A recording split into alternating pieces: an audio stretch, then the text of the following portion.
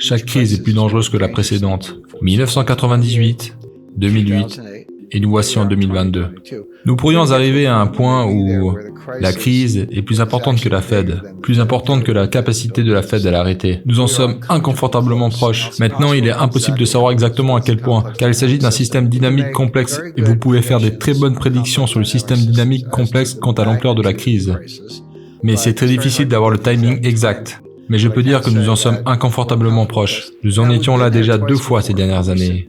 En 1998, nous étions à quelques heures de fermer tous les marchés du monde. Ça a commencé avec le défaut de paiement de la Russie d'ailleurs. Le 17 août 1998, la Russie a fait défaut sur sa dette extérieure et le rouble a été fortement dévalué. Cela a déclenché une crise de liquidité mondiale qui a fait le tour du monde et qui a fini dans mon entreprise à Long Term Capital Management, où nous avions 1,4 trillion de dollars de produits dérivés. Et tout le monde disait « Oh, vous savez, à Long Term Capital, vous avez perdu beaucoup d'argent en Russie. » C'est vrai, nous avons perdu peut-être 100 millions de dollars en Russie, mais nous avons perdu plus de 4 milliards sur tout le reste. Car dans une crise de liquidité, les gens vendent tout. Ce n'est pas la question de « Avez-vous des obligations russes ?» Non, ils vendent tout. Les spreads s'élargissent. Pas assez de collatéral. Appel de marge. Les gens sont éjectés de leur position. C'est à ça que ressemble une crise financière mondiale. Nous l'avons guéri avec une injection de 4 milliards de liquidités, parrainée par la Réserve fédérale, et 2 baisses de taux, dont une en urgence par Alan Greenspan. Nous en sommes sortis, mais nous avons été à 2 doigts de fermer tous les marchés du monde. Même chose en 2008. Nous savons tous, vous savez, le 15 septembre 2008, Lehman Brothers, ok. Les gens ne réalisent pas que, vous savez, Morgan Stanley était à 2 doigts de faire faillite. Goldman Sachs était à 2 doigts de faire faillite. Vous savez, John Mack l'a dit à l'époque. Il a dit que Lehman demandait de l'aide. Il disait « Désolé, j'en ai assez à faire, on s'inquiète pour Morgan Stanley en ce moment. » Et puis la Fed est arrivée, et donc pensez à ça comme à de dominos qui tombent. Tous les dominos tombent, et ils vont continuer à tomber, à moins que vous ne les tronquiez, que vous ne mettiez un mur, et ce mur était la Fed. Mais voilà où je veux en venir. Chaque renflouement était plus important que le précédent. Chaque crise est plus dangereuse que la précédente. Vous voulez des actifs qui seront à l'abri de la crise mondiale de liquidité? Alors quels sont ces actifs? La terre, l'immobilier, l'or, l'argent. Et les beaux-arts. Je vois que Marilyn Monroe d'Andy Warhol est parti. Ils l'ont estimé à 200 millions de dollars. Ils auraient pu l'acheter pour 50 000 dollars dans les années 70. C'est un peu plus spécialisé, mais il y a, vous savez, les ressources naturelles, l'eau, etc., l'énergie, le pétrole. Si vous voulez investir dans des actions, achetez des actions dans des sociétés basées sur les ressources naturelles, comme ExxonMobil, Chevron. Je veux dire, je ne le fais pas, je les donne juste comme exemple. Il y a beaucoup de façons de se protéger. Mais vous savez, un portefeuille d'actions ordinaire n'est pas un bon portefeuille. Et vous savez, les banques vont être en difficulté, les fonds du marché monétaire vont être en difficulté. C'est ça la crise de liquidité. Je rappelle que le dollar est une crypto-monnaie depuis au moins 1979. C'est la dernière année où le Trésor a émis un papier, un billet du Trésor, comme si vous aviez un billet. Peut-être que la grand-mère de quelqu'un a encore un vieux billet dans le grenier, mais ils avaient des petits billets presque comme, vous savez, des timbres, comme si vous peliez un coupon et l'apportiez à la banque pour être payé. La dernière fois qu'ils l'ont fait, c'était vers 1979. Donc le dollar est numérique, et le trafic de messages est crypté depuis environ 1980. Je pense qu'en termes d'impact sur le dollar, faites attention à ce que vous souhaitez. Et c'est exactement ce que je disais plutôt en termes d'effet de 2e ou 3e ordre. Et j'ai mis en garde le Pentagone et le Trésor à ce sujet, parce que je sais comment fonctionnent les sanctions économiques. J'ai été très impliqué dans ce domaine du point de vue de la communauté de renseignement, et j'ai également conseillé le gouvernement, mais elles peuvent être puissantes. Mais si vous les utilisez trop, et trop largement, elles perdent en effet tout leur impact. Parce que les personnes que vous ciblez se disent bien « Ok, pas de mousse, je suis hors du système du dollar, vous l'avez fait une fois de trop. » Et c'est un exemple que nous n'avons jamais gelé de banque centrale avant. Nous l'avons fait maintenant. Nous n'avons jamais expulsé un pays entier du SWIFT, à l'exception de l'Iran. Mais c'est un cas beaucoup plus isolé que nous avons maintenant avec la Russie. Et donc, au lieu de rester là assis et de dire « Oh mince, vous m'avez eu », vous allez dire « Ok, passons à un nouveau système de paiement. Prenons une nouvelle monnaie. » Les Saoudiens disent la même chose. Et tout d'un coup, si vous êtes l'un des principaux princes d'Arabie Saoudite, vous savez, peut-être Mohamed Ben Salam, ou l'un des autres principaux princes. Vous savez, vous avez un yacht à Monaco, vous avez une maison à Aspen, vous avez qui sait combien de maisons et de palais et de yachts à travers le monde, de jets privés. Et ils sont comme, en fait, tous ces trucs pourraient être saisis, parce que c'est ce qu'on fait aux oligarques russes. Et d'ailleurs, ce n'est pas limité aux oligarques. Nous avons vu ce genre de néofascisme au Canada très récemment, où Chrystia Freeland, qui est la vice-première ministre, a gelé les comptes bancaires et les portefeuilles de crypto-monnaies des camionneurs. Le Canada est allé jusqu'à le criminaliser. Si vous souteniez les camionneurs, selon une interprétation récente de la loi canadienne par Chrystia Freeland, la vice-première ministre, c'est un acte criminel. Je suis désolé, donc j'ai dit à Justine, venez me chercher. Mais ce que je veux dire, donc, elle saisit les comptes des routiers et Biden saisit les comptes des oligarques. Mais c'est la même chose, ok?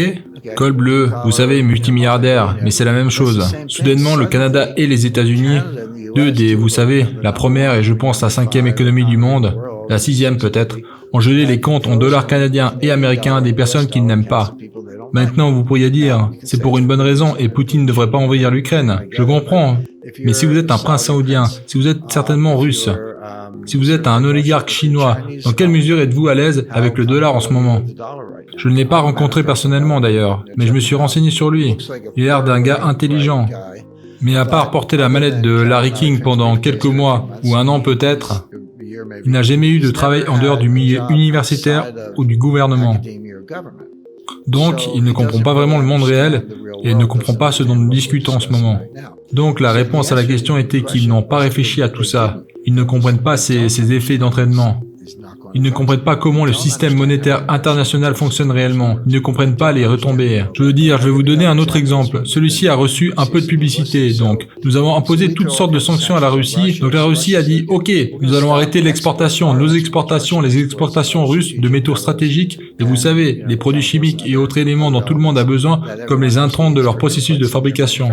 Et ils ont mis une interdiction sur les exportations de nickel. Ok, donc vous avez besoin de nickel pour faire des batteries. Donc bonne chance pour vos véhicules électriques. Donc les USA lancent des sanctions sur la Russie riposte en interdisant les exportations de nickel, le prix du nickel va sur la Lune. Il a été multiplié par 4 ou 5, ce n'est pas vraiment surprenant. Le London Metal Exchange s'est effondré, il a dû fermer. Mais qui a perdu? Il y avait un milliardaire chinois qui possédait l'une des plus grandes exploitations minières de nickel dans le monde. Qui a perdu, je pense, 5 ou 6 milliards de dollars. Donc voici la Russie et les États-Unis qui se livrent une guerre économique et le perdant apparaît en Chine. Ce n'était pas sur son écran radar et ce n'était pas sur l'écran radar de personne d'autre. Mais c'est un bon exemple où les dégâts se manifestent quand on ne s'y attend pas. La Russie avait environ 600 tonnes d'or. Et aujourd'hui, ils en ont environ 2300 tonnes. La Chine avait environ 600 tonnes d'or, et aujourd'hui, ils en ont environ 2000 tonnes. Juste un peu moins. C'est ce que nous savons, et il se peut qu'ils aient plusieurs milliers de tonnes d'or dans des livres de l'Administration nationale des devises étrangères, dont nous n'avons pas connaissance, parce que c'est complètement opaque. Donc la Russie et la Chine ont fait exactement ce dont nous avions averti le Pentagone en 2009. Exactement, ce qui a augmenté leurs réserves d'or par un facteur de 4 ou plus. Mais tout le monde dit, le yuan chinois va devenir la monnaie de réserve mondiale. Non, ça ne va pas être le cas. Voici pourquoi. Eh bien, il y a beaucoup de raisons, mais la raison principale est que lorsque vous parlez de monnaie de réserve, vous devez comprendre ce que cela signifie.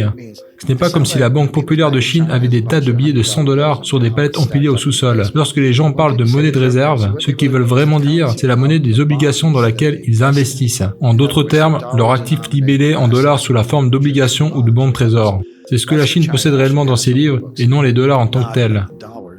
Donc, si vous voulez suggérer ou émettre l'hypothèse que le yuan chinois va remplacer le dollar américain comme monnaie de réserve mondiale, où est le marché des obligations en yuan? Je veux dire, il n'existe pas. Il est à très petite échelle, très liquide. Il n'y a pas de négociants principaux, pas de transactions sur les titres émis, pas d'enchères, pas de pensions, pas de compensation de règlement, rien de la plomberie et les mécanismes d'un marché obligataire mature comme celui des États-Unis. Et surtout, ils n'ont pas d'état de droit. Je veux dire, au moins si quelqu'un renie une obligation du Trésor, vous pouvez le poursuivre en justice, mais vous ne pouvez pas le faire en Chine. Ainsi, l'absence d'état de droit, l'absence d'infrastructure, la plomberie, pour utiliser un meilleur terme, sont deux raisons pour lesquelles le yuan et certainement le rouble ne remplaceront pas le dollar comme monnaie de réserve. Cependant, ce que je supposais à l'époque, et j'y reviendrai, c'est que vous pouvez créer une toute nouvelle monnaie qui possède tous ces éléments. Et dans mon exemple, ils utilisent la banque suisse. La loi britannique, ils placent l'or dans un dépôt tiers. Si vous voulez avoir une partie de la nouvelle monnaie, vous pouvez déposer votre propre or et obtenir une partie de la monnaie ou faire du commerce avec eux ou avoir un surplus. Donc, c'est un système de remplacement, mais vous aurez besoin de l'or pour inspirer la confiance. Mais ils n'en ont pas. Et encore une fois, ils n'ont pas de marché obligataire, ils n'en vont pas en avoir bientôt. Donc le One et le Rook ne vont pas remplacer quoi que ce soit.